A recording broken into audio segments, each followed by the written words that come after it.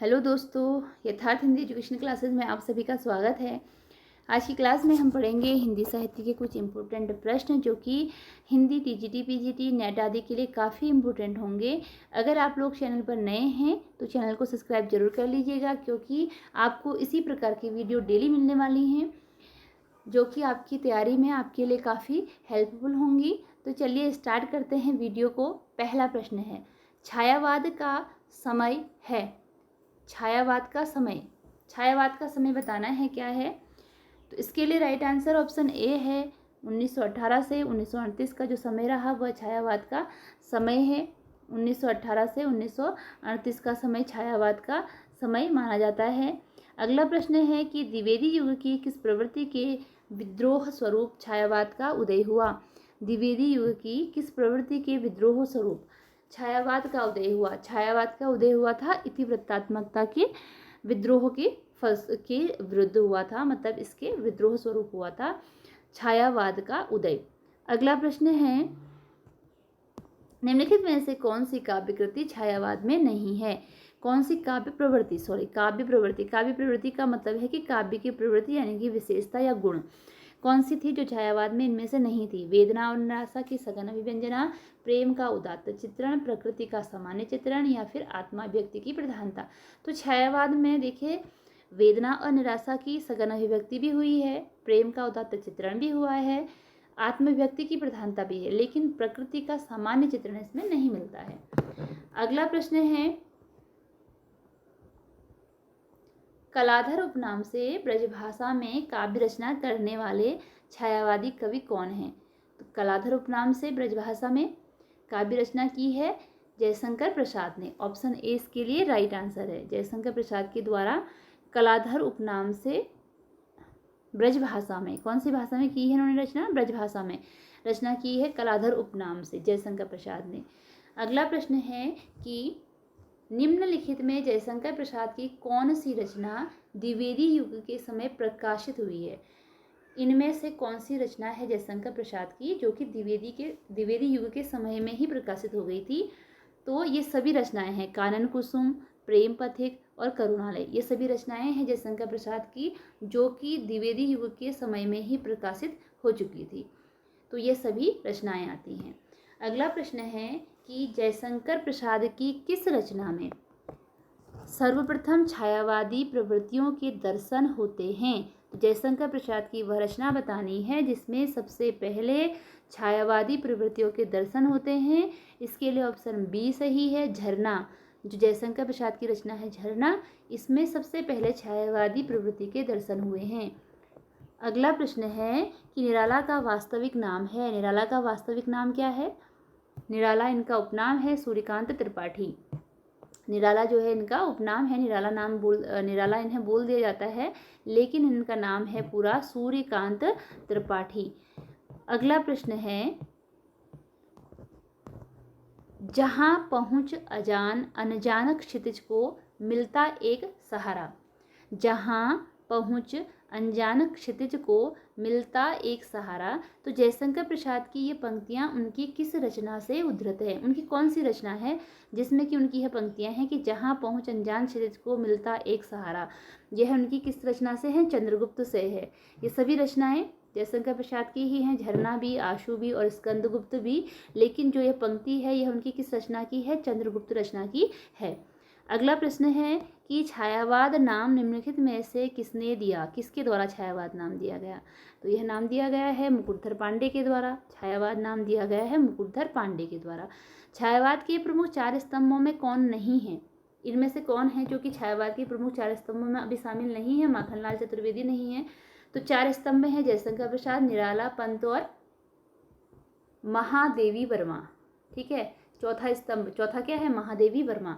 4 स्तंभों के नाम क्या हैं, जयशंकर प्रसाद है, निराला है, पंत है और महादेवी वर्मा है। इसलिए इसका आंसर ऑप्शन बी सही है, क्योंकि आपको नहीं में आंसर देना है, जो नहीं है तो माखनलाल चतुर्वेदी इसमें नहीं है। माखनलाल चतुर्वेदी छायावाद के समानांतर चलने वाली किस काव्य धारा के कवि हैं। तो छायावाद के समानांतर जो काव्य धारा चलती थी उसका नाम था राष्ट्रीय सांस्कृतिक काव्य धारा।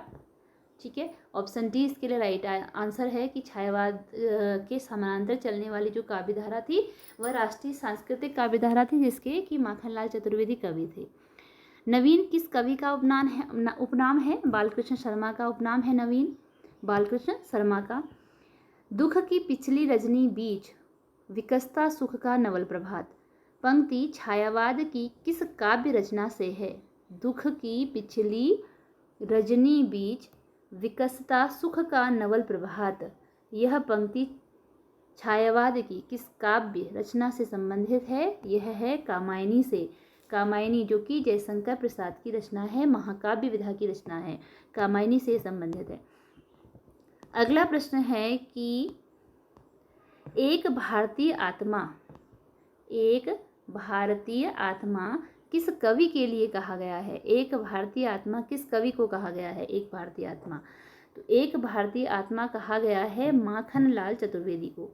माखनलाल चतुर्वेदी के लिए एक भारतीय आत्मा कहा गया है। फिर है जो घनीभूत पीड़ा थी मस्तक में स्मृति सी छाई, दुर्दिन में आंसू बनकर वह आज बरसने आई, पंक्ति जयशंकर प्रसाद की किस काव्य रचना से उद्धृत है? यह पंक्ति प्रसाद की किस काव्य रचना से उद्धृत है? इसके लिए राइट आंसर है ऑप्शन डी आंसू। आंसू से ली गई है यह पंक्ति कि जो घनीभूत पीड़ा थी मस्तक में स्मृति सी छाई, दुर्दिन में आंसू बनकर वह आज बरसने आई। अगला प्रश्न है दुख ही जीवन की कथा रही, क्या कहूँ आज जो नहीं कही, पंक्ति किसकी है? यह पंक्ति किसकी है? दुख ही जीवन की कथा रही, क्या कहूँ आज जो नहीं कही, यह पंक्ति है सूर्यकांत त्रिपाठी निराला जी की। सूर्यकांत त्रिपाठी निराला जी की यह पंक्ति है। अगला प्रश्न है कि जयशंकर प्रसाद की अंतिम काव्य कृति कौन सी है? अंतिम काव्य कृति है इनकी कामायनी। जयशंकर प्रसाद की अंतिम जो काव्य कृति है, मतलब कि काव्य की रचना है, वह कामायनी। निराला किस पत्र के संपादक थे? तो निराला थे मतवाला पत्र के संपादक। निराला की किस कविता को मुक्त छंद की हिंदी की पहली कविता कहा गया है? मुक्त छंद की हिंदी की पहली कविता कहा गया है निराला की किस कविता को? यह है जूही की कली। और हिंदी में मुक्त छंद के प्रवर्तक कौन माने जाते हैं? निराला जी माने जाते हैं हिंदी में मुक्त छंद के प्रवर्तक। अगला प्रश्न है तुलसीदास को विषय बनाकर किस कवि ने तुलसीदास काव्य खंड की रचना की? यह कि निराला ने। तो निराला ने एक रचना लिखी है जिसका नाम तुलसीदास है, और विधा जो है इसकी काव्य खंड है। ठीक है, तुलसीदास को विषय बनाया है, इसमें तुलसीदास पर ही ये लिखा गया है। तो रचना का नाम केवल तुलसीदास है और विधा इसकी खंड काव्य है। रचना किसने की है? निराला ने। अगला प्रश्न है राम की शक्ति पूजा का रचनाकाल है। राम की शक्ति पूजा का रचनाकाल सन 1936 में इसकी रचना की गई है। राम की शक्ति पूजा का रचनाकाल है 1936। छायावाद के किस कवि को क्रांति और विद्रोह का कवि कहा गया है? छायावाद के किस कवि को क्रांति और विद्रोह का कवि कहा गया है? तो वह है निराला। निराला को क्रांति और विद्रोह का कवि कहा गया है। छायावाद के कवि है निराला। अगला प्रश्न है कौसानी में किस कवि का जन्म हुआ था? सुमित्रानंदन पंत का जन्म हुआ था कौशानी यानी कि अल्मोड़ा यानी कि उत्तराखंड। ठीक है, उत्तराखंड के कौशानी में जन्म हुआ है सुमित्रानंदन पंत का। अगला प्रश्न है कि निम्नलिखित में से कौन सी रचना सुमित्रानंदन पंत की नहीं है? जो नहीं है वह बतानी है, गीतिका नहीं है। इसके अतिरिक्त ग्रंथी, चिदम्बरा और ग्राम्या ये रचना किसकी हैं? सुमित्रानंदन पंत की रचनाएं हैं। अगला प्रश्न है सुमित्रानंदन पंत की किस रचना पर ज्ञानपीठ प्राप्त हुआ है उनको? तो यह प्राप्त हुआ है उनकी रचना चिदम्बरा पर ज्ञानपीठ प्राप्त हुआ है, और जो लोकायतन रचना है इस पर उन्हें सोवियत लैंड पुरस्कार प्राप्त हुआ है। ठीक है, तो इनको ज्ञानपीठ प्राप्त हुआ है चिदम्बरा पर और सोवियत लैंड पुरस्कार। क्या? सोवियत लैंड पुरस्कार इनको प्राप्त हुआ है लोकायतन पर। अगला प्रश्न है तुम वहन कर सको जनमन में मेरे विचार, वाणी मेरी चाहिए तुमको क्या अलंकार। पंक्ति किस कवि की है? सुमित्रानंदन पंत की है कवि पंक्ति है। छायावाद का कौन सा कवि कवि होने के साथ चित्रकार भी है? वह कौन है? महादेवी वर्मा, जो कि कवि और चित्रकार दोनों हैं। निम्नलिखित में महादेवी वर्मा की कौन सी रचना, कौन सी काव्य कृति नहीं है? जो नहीं है वह बतानी है। तो पतझर इनकी रचना नहीं है। इसके अतिरिक्त सांध्य गीत, रश्मि, नीरजा, यह रचनाएं महादेवी वर्मा जी की हैं। आधुनिक युग की मीरा किसे कहा गया है? महादेवी वर्मा को कहा गया है। दुख मेरे निकट जीवन का ऐसा काव्य है जो सारे संसार को एक सूत्र में बांधने की क्षमता रखता है। यह उदाहरण किसका है, यानी कि किसकी यह पंक्तियां हैं? यह पंक्ति कही गई है महादेवी वर्मा के द्वारा कि दुख मेरे निकट जीवन का ऐसा काव्य है जो सारे संसार को एक सूत्र में बांधने की क्षमता रखता है। महादेवी वर्मा की यह पंक्तियां हैं। परमात्मा की छाया आत्मा में पड़ने लगती है और आत्मा की छाया परमात्मा में, यही छायावाद है। यह पंक्ति किसके द्वारा परिभाषित की गई है?